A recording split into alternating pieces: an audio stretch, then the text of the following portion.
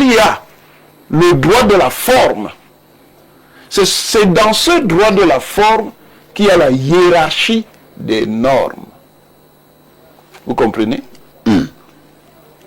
Le droit de la nécessité ici, c'est quoi? C'est que pour mettre en place ce processus de régulation des rapports entre l'État et la Fédération camerounaise de football, on s'appuie sur le décret de septembre 2014, et on s'appuie sur la convention. Et ceux qui querellent, quand ça les arrange, les hautes instructions, sont les mêmes qui, au moment où on nommait Rigobert Song, étaient passés par la voie des hautes instructions, c'est-à-dire de ce droit de la nécessité, de l'urgence et de la commodité. Et à l'époque, c'est à partir de là qu'on avait mobilisé alors le droit de la forme. Celui qui repose sur la hiérarchie des normes avec le fait qu'il y a un décret et tout, et tout, et tout, et tout, et tout. Maintenant, quand ça ne les arrange pas, au moment de la nomination de M. Brice, il soulève la question de la supériorité du décret sur la convention en termes de mécanisme juridique. En oubliant que là, on est dans une relation de type contractuel sur la base de la convention et que la convention est la loi des parties. Donc, il faut faire extrêmement attention. Le droit de la nécessité peut prendre la forme de ce qu'on appelle le droit d'exception. Le droit de l'urgence, c'est un droit situationnel. Ça veut dire que l'autorité peut devoir répondre à une situation d'urgence qui requiert d'assouplir le traitement juridique de l'affaire. De la même manière que fonctionne le droit de la commodité. À ce moment, l'autre droit qui renvoie à ce qu'on appelle la ratione materie, c'est-à-dire le contenu des règles qui sont en question, qui renvoie à ce qu'on appelle la ratione personae, c'est-à-dire les implications que l'application d'une règle a sur un certain nombre de personnes, qui renvoie à ce qu'on appelle la ratione ordinarius, c'est-à-dire le fait que telle ou telle règle donne compétence à tel ou à tel acteur peut être réservée. Donc quand je dis, parce que les hautes instructions, si vous les lisez dans le référentiel du droit formel, des normes formelles, non, évidemment pas de supériorité sur le décret. Mais si vous les lisez dans le référentiel du droit pragmatique, rien ne s'oppose à ce moment aux hautes instructions, parce que ce sont les hautes instructions du président. Et quand vous revenez à la puissance présidentielle, vous comprenez de quoi il s'agit. Tout ça pour dire quoi? Tout ça pour dire que si l'État a recouru à ces mécanismes, c'est parce que l'État sait ce qu'il y a à la FECAFOOT. Et il y a quoi là-bas? Il y a des problèmes et des problèmes et des problèmes et des problèmes. On avait donné la latitude au président de la FECAFOOT pour la gestion des campagnes comme le Qatar 2022 et la Côte d'Ivoire 2025. Ceux qui sont dans les circuits peuvent vous dire tous les problèmes que ça a posé. Quand les gens parlent, il y a eu une instruction du président de la République enjoignant au ministre des Soins et de l'Éducation et de Soins et de l'Éducation physique de prendre ses responsabilités. On est dans la logique de la nécessité. Après l'échec de Côte d'Ivoire 2025, on a demandé au ministre, le ministre ne s'est pas levé comme ça. Quand même, il faut respecter les gens. Vous pouvez quereller, pour ça, moi, c'est un être humain comme tout le monde, comme Samuel Eto'o, comme moi, comme vous. Il peut être faillible. Mais le ministre Mouele, Kombi, Narcisse, non seulement il a une expérience administrative, mais il a un capital en la matière, en connaissance du droit. Donc, tout ça pour dire que nous devons être sérieux. On ne peut pas, pour résumer, on ne peut pas examiner l'élimination de la Coupe du Monde en voulant faire croire que la FECAFOOT n'y a rien à voir, monsieur. 16 incidents sur 17 matchs. 16 dans l'ordre de saboter le travail. Je dis 16. Sous Rigobert Song, il y a eu 0 incident. Sous Marc Brice, il y a eu 16 incidents sur 17 matchs. Vous dites que ce n'est pas du sabotage? On m'a accusé, comme ils disent, professeur menteur, en s'appuyant sur les envolées populistes d'un collègue. On m'a accusé de dire que oui, il n'y a pas eu blocus sur le matériel, mais il y a eu blocus sur le matériel. Qui ne sait pas qu'il y a eu blocus sur le matériel? Cela étant dit, moi je n'ai jamais dit. C'est pour ça que votre formulation d'entrée de jeu dans le débat est une formulation biaisée. Laquelle? Je n'ai jamais dit que la responsabilité, quand je parlais de responsabilité dans votre émission, j'ai cité le nom du président de la FECAFOOT. J'ai parlé de la FECAFOOT en tant qu'organisation. J'ai cité le nom du ministre. J'ai parlé du ministère en tant qu'organisation. J'ai cité le nom des joueurs. J'ai cité même le nom du public en dehors de dire que c'était les Églisés et les hiboux. Tout cela dans un climat extrêmement pestilentiel au niveau de la gestion de cette affaire. Qui peut gérer quelque chose sans qu'il y ait de contraintes? Qui peut gérer quelque chose sans qu'il y ait de faiblesse? Qui peut gérer quelque chose dans l'idée qu'il aurait atteint l'optimalité, c'est-à-dire la performance absolue? Ça n'existe pas, monsieur. Donc, quand vous êtes manager, même si vous êtes un manager performant, vous rencontrez toujours des contraintes. Donc, il y a toujours... La gestion repose sur ce qu'on appelle le principe des deux parties. Il y a l'actif, il y a le passif. Tout gestionnaire doit faire avec cela. Donc, vous ne pouvez pas dire, non, moi, je n'ai rien à voir là-dedans. Et dans un contexte où il faut être décent, monsieur ici, les Camerounais souffrent déjà assez de ne pas voir leur équipe au mondial. Mais comment le président de la FECAFOOT se taise pendant que le mondial se joue? Sans que ça signifie qu'il soit le seul responsable de l'affaire. Pourquoi? Bon, le professeur Mouelle, vous pouvez lui tout dire, mais c'est un homme de style. Pourquoi le professeur ne s'est pas indigné, même à travers des personnes interposées? Quelle est cette histoire où la FECAFOOT serait devenue un domaine d'immunité? La FECAFOOT n'est pas une simple association privée, monsieur. La FECAFOOT reçoit des subventions publiques.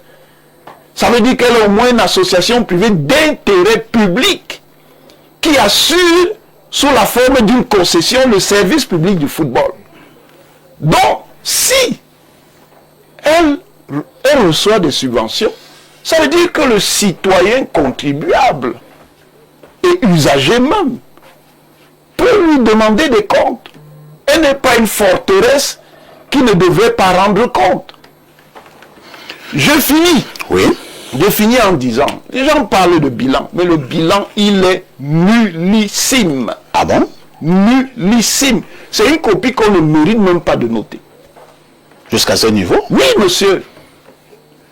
En 5 ans, quelle que soit la catégorie, en 5 ans, aucune victoire dans les compétitions continentales.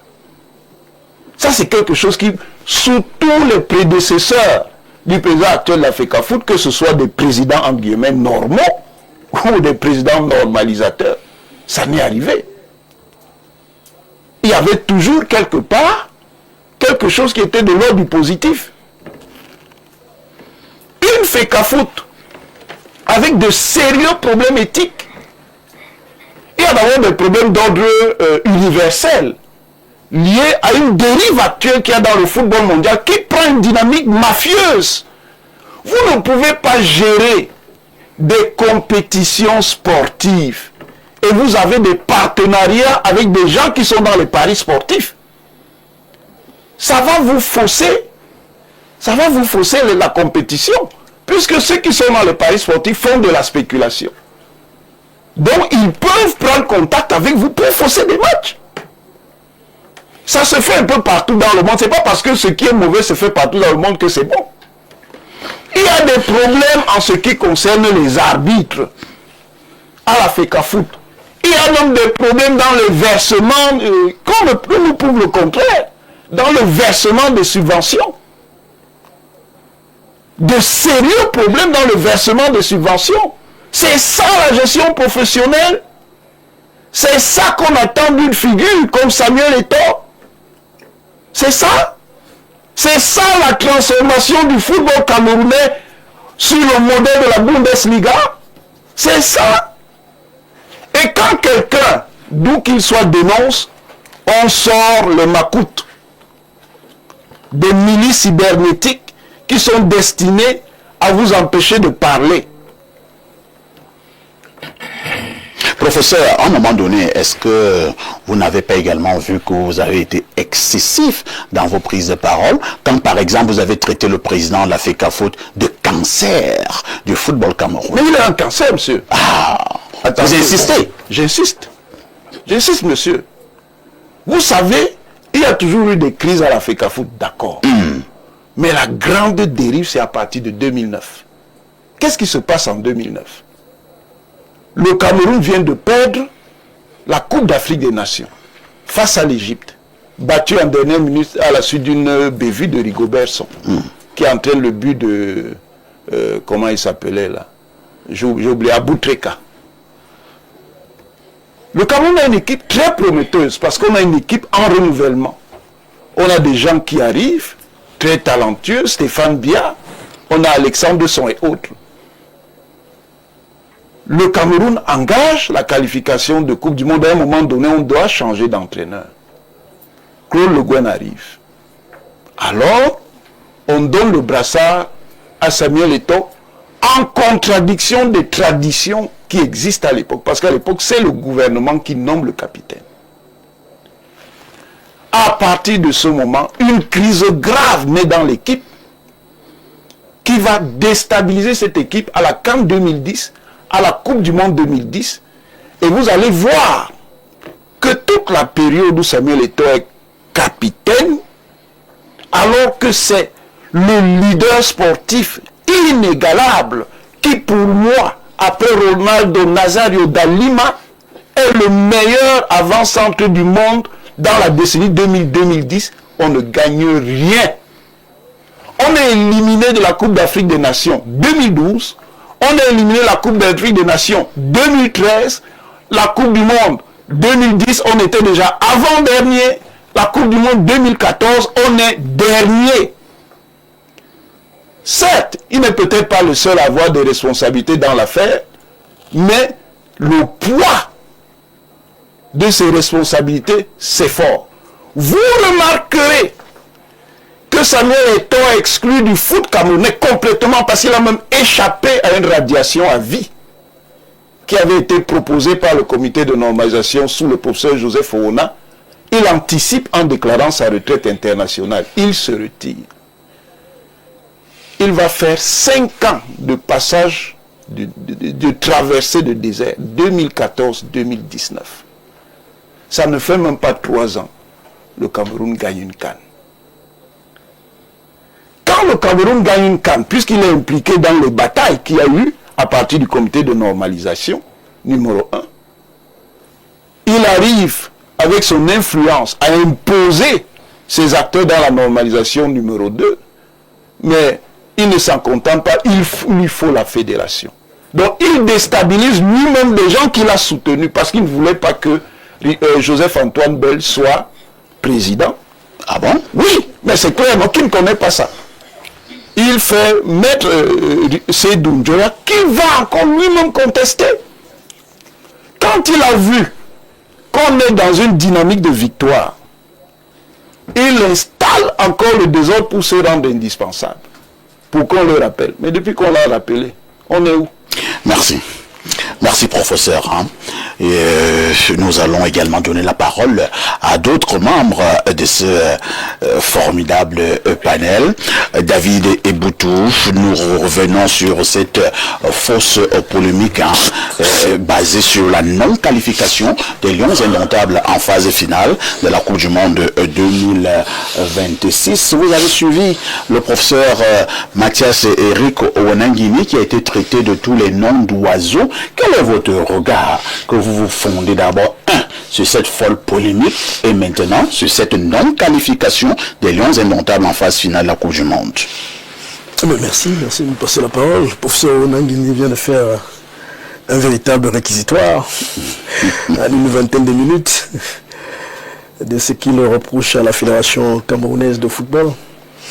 Là, c'est même moins grave, contrairement parce que si vous l'avez lu sur les réseaux sociaux, c'est des billets pamphlets, c'est des véritables réquisitoires, comme je le disais, contre une institution, l'instance fêtière du football camerounais.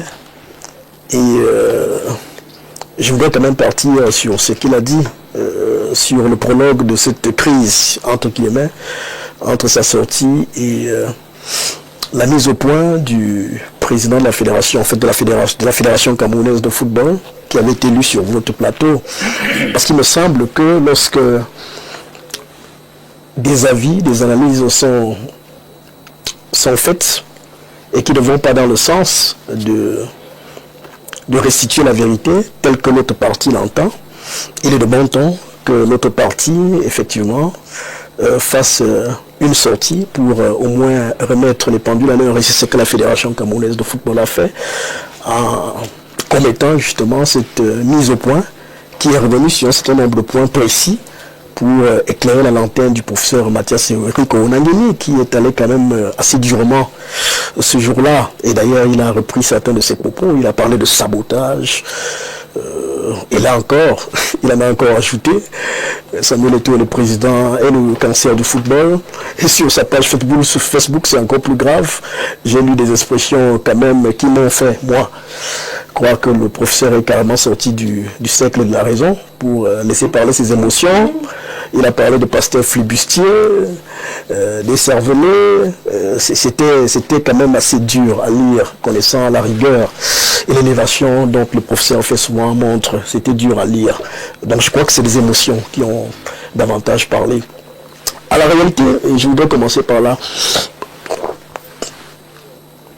je ne suis pas de ceux qui souscrivent à la thèse de la responsabilité collective. Moi, je refuse. Parfois, ici, chez vous, vous avez certainement une grosse famille avec des délégations de portions de pouvoir que vous avez établies. Vous savez qu'à la cuisine, c'est madame qui gère. Vous savez que tel enfant doit laver le sol à tel moment et tout. Et chaque fois que l'un des aspects de ces portions de pouvoir que vous avez déléguées est enfreint, vous savez qui interpeller, n'est-ce pas? Vous savez qui interpeller. Je m'amuse souvent à dire que lorsque nous ferons les états généraux de ce pays, parce que manifestement cela arrivera dans ces pays que les fils et filles de ce pays s'asseyent pour réfléchir sur ce qui n'a pas marché, sur l'incurie générale qui a frappé notre pays ces 30 dernières années. On ne va pas inviter tout le monde à se justifier, on ne va pas amener tout le monde à répondre de ce qu'est devenu notre pays, parce que les gens comme nous n'aurions rien géré, n'est-ce pas? Et donc je refuse qu'on m'associe à quelque forme n'est-ce pas, de réquisitoire lorsqu'on viendra par exemple à interroger et tout. Si on prend l'université, quand on viendra à interroger pourquoi il n'y a pas de laboratoire, pourquoi il n'y a pas eu de meilleurs chercheurs, ainsi de suite, on dira monsieur le vice-recteur, pourquoi ça n'a pas marché? Parce qu'il était vice-recteur en ce temps-là.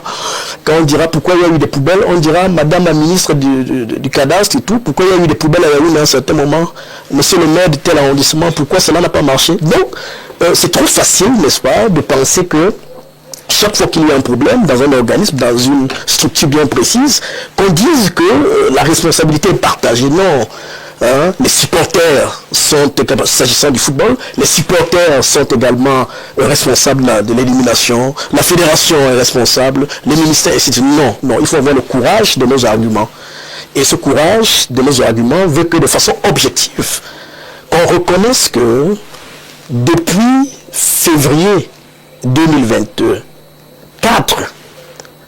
la gestion de l'équipe nationale du Cameroun a été retirée à la Fédération camerounaise de football. On a remplacé une portion du discours du président de la République par tout un décret. C'est-à-dire qu'à la suite d'un discours fait par le président de la République, tout un ministre de la République a jugé utile d'appliquer justement cette haute instruction en disant ok, cela remplace les dispositions textuelles. Vous savez, quand le professeur disait tout à l'heure que moi je ne suis pas juriste, hein, que les hautes instructions sont au-dessus du décret. Bon, j'ai suivi cela en néophyte également, et ça tombait bien parce que j'étais à côté d'un de ses collègues le professeur que vous connaissez très bien, le professeur Abaoyono, qui lui a peu fait de me rappeler que ce monsieur qui parle là est davantage politiste. Il n'est pas juriste, puriste comme nous autres. Et il a été un peu plus dur par la suite. C'est lui, il nous écoute. Il m'a rappelé que dans ces choses-là, il faut éviter parfois l'imposture, n'est-ce pas? Que chacun respecte sa spécialité. Et il m'a expliqué, effectivement, ce que lui entendait en me disant que non, M. Onanguini versait en réalité dans l'abus et qu'en réalité n'avait pas compris grand-chose. Et quand j'ai écouté ces explications tout à l'heure, moi je me réjouis d'avoir choisi, lorsque j'allais m'inscrire à l'université, d'avoir choisi d'aller faire l'histoire des relations internationales. Sinon, j'allais me retrouver dans ce genre justement de pédalage, de confusion qui font que ça finit par embrouiller même les étudiants qui les écoutent. C'est-à-dire qu'un juriste, puriste comme constitutionnaliste, comme Abaoyono, vous dit que non, ce que M. Onanguini dit, c'est de l'illettrisme juridique. Voilà le terme qu'il a utilisé. Et M. Onanguini, qui lui est politiste, s'immisce dans le domaine de Abaoyono et vous dit quand même, et vous explique quand même avec des termes latins que en réalité les hautes instructions peuvent dépasser tout un décret. Bon, voilà, c'est un débat. C'est un débat. Ce ne sont pas des termes de politique. Oui, c'est un débat technique. Et je voudrais bien écouter. C'est un débat technique que je voudrais bien écouter entre Abaoyono et Onanguini. Je passe rapidement en disant que vous avez bien compris que le professeur était dans l'abus tout à l'heure, en rappelant que voilà, la copie de la fédération était vierge et qu'il ne fallait même pas la corriger. Il ne sait peut-être pas que... Il a dit que c'est nullissime. Oui, voilà, vous êtes même un peu plus dur. Alors, c'est son nom. Voilà.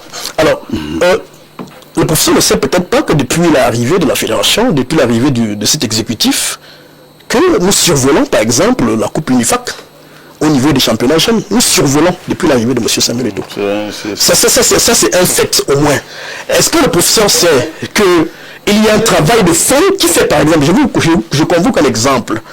Le Sénégal que nous regardons avec admiration aujourd'hui, lorsque M. Senghor arrive à la tête de la Fédération sénégalaise de football, il décide de tout remettre à plat, il décide de refonder le football à la base. Et le Sénégal a traversé 12 années, 12, M. Pafa ici, sans remporter un seul trophée, sans gagner quoi que ce soit. Et la suite, c'est quoi? C'est que leur premier trophée, ils sont venus le remporter ici à Yaoundé, la Cannes. Donc, pour vous dire qu'il y a un travail de fond en ce moment qui est mené par quelqu'un qui porte une vision et qui sait exactement où il va. Samuel Eto'o fait un travail de fond et de fourmi.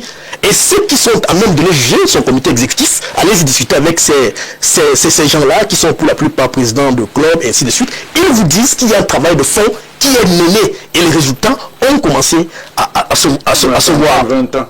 Non, professeur. La réalité, c'est que lorsque M. Onanguini dit que Eto'o doit se taire, mais pour parler de football dans ce pays, qui, si ce n'est Eto'o, qui doit parler de football? Donc, parce que on est là dans un monde à l'envers, en matière de football, avec tous les génies que lui-même lui a reconnu tout à l'heure. Lorsqu'il faut parler de football, d'autorité, qui doit parler de football si ce n'est monsieur Eto'o? Pas géré. Non, vous savez qu'à l'université, il y a ce que vous appelez la validation des acquis. Vous savez très bien qu'il y a ce qu'on appelle la validation des acquis. Mais on ne valide pas dans l'arbitraire. Quel arbitraire? Quel arbitraire, prof? Laissez-moi poursuivre. Ce que je dis, c'est que il faut savoir raison garder, même si on manifeste quelques relents de colère en relation avec justement une certaine note cybernétique qui s'est versée sur vous parce que bon voilà, vous avez le contrôle à tous ces gens-là. Non, prof, sachons raison garder. Samuel Eto'o ne va pas contrôler tous ces gens-là qui vous un culte et qui se retrouvent dans les réseaux sociaux et qui pensent que vous avez attaqué, entre guillemets, leur idole. Et donc vous n'allez pas systématiquement reporter ces relents, ces ressentis sur la personne de Samuel Eto'o au point de le traiter de tous les noms d'oiseaux que j'ai vus. Le système, monsieur. Prof, ce n'est pas vous qui parlez, je continue de penser que ce sont vos ressentis, vos émotions qui parlent. Quel système? Quel système? Je vais plus loin. Il ne faut pas le faire de manière systématique. Non, vous n'y êtes pas. Vous n'y êtes pas. Est-ce que le fait de n'y être pas, je parle de l'extérieur, la manière dont la FOCAFUT se positionne dans la société. Dès qu'on critique Samuel Eto'o, c'est le lynchage. Il y a toute une armée cybernétique et vous ne pouvez pas dire qu'ils ne sont pas reliés. Quand même, nous sommes des observateurs. je vais poursuivre. Vous allez poursuivre. Merci beaucoup. Et vous allez terminer. Allons-y, David. Même comme je n'ai pas dit la moitié, je n'ai pas utilisé la moitié de temps. Merci. David, allez-y, vous allez chuter. Merci beaucoup. Donc, lorsque le professeur insiste sur le sabotage, sur ce qu'il a dit ce jour-là sur ce plateau, il me semble qu'il y a eu une sortie qui a été jointe justement à cette mise au point-là pour rafraîchir les idées du professeur. Et donc, le ministère des Sports, dont il savait, il voulait défendre ce jour-là, était parfaitement au courant. C'est-à-dire que, quand il convoque l'aspect du matériel qui avait été confisqué par la Fédération camerounaise de football, il y a eu un contexte. Le contexte était lequel? On avait suivi les choses du genre, le président de la Fédération a confisqué les ballons. Les ballons, et même les maillots. Et même les maillots. Oui. Or, le professeur est parfaitement au courant de ce que, à la suite d'un compromis, c'est-à-dire du staff compromis qui avait été validé au niveau de la primature et entériné au niveau de la présidence de la République, et une photo avait même fuité où on avait vu le président de la FECAFOOT, M. Mbagamwa, le coach, le SGPR. Ce staff-là avait été pratiquement balayé d'un revers de la main par Marc Brist, qui, une fois au Hilton, a dit qu'il voulait travailler avec ses propres éléments, a choisi de refaire tout un staff technique. C'est dans ce contexte-là que ce dernier a refusé de recevoir le matériel de la Fédération camerounaise de football avec ce qui avait été délégué par la FECAFOOT. Que vouliez-vous en ce moment-là que le président de la Fédération de football fasse? Donc, je poursuis en disant que non, il faut sortir des émotions prof. Il se passe que nous tous nous regrettons la non-qualification des Lions Indomptables au mondial. Surtout que cela arrive dans un contexte où c'est quand même 10 équipes africaines qui représentent le continent. Mais la vérité, c'est que on a systématiquement refusé à la Fédération camerounaise de football de jouer sa partition. Si la Fédération avait joué sa partition, nous serions aujourd'hui en train de reconnaître sa part de responsabilité. Le ministère des Sports a systématiquement et littéralement retiré toutes les prérogatives naturelles reconnues à la Fédération de football pour la mettre en difficulté. Et il n'est donc pas juste, il n'est pas objectif de revenir aujourd'hui, après tout ce qu'on a vu, imputer cette responsabilité de non-qualification des Lions au mondial à la Fédération camerounaise de football. C'est ça l'image. C'est d'autant plus que, aujourd'hui, le plus grand perdant, c'est la Fédération. Le plus grand perdant, c'est la Fédération. Vous imaginez très bien en termes d'entrée financière ce que la Fédération aurait engrangé et qui aurait servi à matérialiser la politique sportive. C'est parce qu'on n'a pas le discernement. C'est pour ça qu'il n'a pas compris. Et c'est pour cela que nous disons, donc, cher professeur, qu'il faut faire la part des choses. Laissez le président de la Fédération camerounaise de football implémenter sa vision telle qu'il nous l'a proposée. N'essayons pas d'une manière ou d'une autre d'entraver cette marche-là qui est bonne aujourd'hui. Tous les acteurs de football, tous les acteurs, ceux qui sont mieux qualifiés que vous et moi, Roger Mila, les acteurs les mieux connus qui parlent d'autorité de ces questions-là, vous disent qu'il y a une véritable marche vers la modernité du football au Cameroun aujourd'hui. Et c'est implémenté, c'est reconnu. Il y a aujourd'hui une modernisation dans l'administration même des affaires de football. On le voit, tout le monde le voit. À moins que, voilà, on veuille simplement jeter la dite populaire, un homme qui lui ne fait que son travail. On peut en parler. Vous savez, Samuel Eto'o que vous voyez ne parle jamais de politique. Mais j'ai même été surpris de voir le professeur faire des insinuations entre le positionnement de Samuel Eto'o et des perspectives politiques. Ce qui est totalement faux.